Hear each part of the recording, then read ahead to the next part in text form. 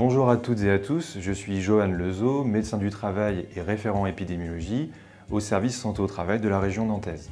Alors depuis plusieurs années, notamment depuis la pandémie à Covid-19, on parle beaucoup d'épidémiologie. Mais de quoi s'agit-il? Alors l'épidémiologie, c'est quoi? L'épidémiologie correspond à l'étude de la santé des populations et de ses déterminants, c'est-à-dire ce qui fait qu'on est en bonne ou en mauvaise santé. Alors, depuis quand on en parle? L'épidémiologie existe depuis plusieurs siècles, même si à l'époque, c'était surtout centré sur des questions de mortalité, comme pour les grandes épidémies de choléra au XIXe siècle. Alors, à quoi servent ces études et surtout, quelles sont les spécificités pour la santé au travail? Alors, en santé au travail, une des particularités, c'est qu'on fait plus souvent de l'épidémiologie sur des phénomènes qui se produisent sur plusieurs années ou plusieurs décennies. L'épidémiologie est souvent plus connue du grand public pour l'étude des phénomènes infectieux. On a par exemple beaucoup entendu parler d'épidémiologie à l'occasion de la pandémie à Covid-19. En santé au travail, on va plutôt s'attacher à étudier les liens entre les expositions professionnelles et la santé des travailleurs. Et c'est parfois de longues années après le début d'une exposition professionnelle que se déclarent les maladies. Alors quels sont les impacts sur la santé? L'objectif premier de l'épidémiologie, c'est de décrire la santé pour mieux comprendre les facteurs de risque de développer telle ou telle maladie.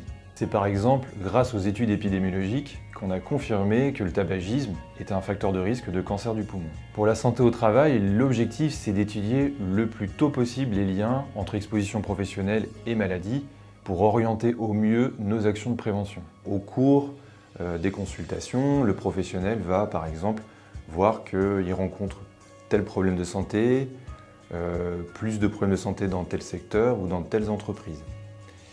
Par la suite, l'objectif, c'est qu'il ait accès à un certain nombre de requêtes pour aller vérifier ces hypothèses qu'il a lui-même construites au cours des consultations.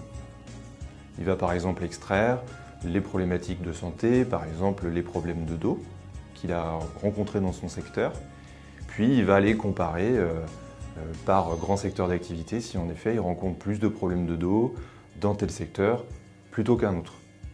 Par exemple qu'il y a des populations de travailleurs qui sont un peu plus touchées par certaines maladies parce qu'il y a des toxiques, des polluants dans l'environnement professionnel. On sait par exemple que certaines populations de travailleurs sont exposées à plus de sédentarité, donc possiblement à d'autres problématiques de santé en lien avec cette sédentarité. Ça va dépendre en fait des expositions professionnelles. On peut se poser la question des enjeux éthiques et réglementaires. Les études épidémiologiques sont strictement encadrées par la loi parce qu'on utilise parfois des données qui sont sensibles, ce qui est soumis à des obligations destinées à protéger la vie privée et les libertés individuelles des personnes. Tout cela est encadré par le RGPD, Règlement général sur la protection des données. Pour mettre en œuvre le traitement des données, le professionnel doit le plus souvent recueillir le consentement de la personne concernée. Au SSTRN, on a mis en place depuis plusieurs années déjà une veille sanitaire afin de suivre la santé des salariés de façon proactive. Par exemple, on a pu suivre au cours des années les proportions de cas de Covid selon les secteurs ou rendre compte des particularités de la santé des travailleurs intérimaires. Les données, on va les renseigner au fur et à mesure lors des visites médicales. Le professionnel va renseigner dans le logiciel toutes les données qui sont cliniques, professionnelles, relatives aux risques professionnels, par exemple aux expositions.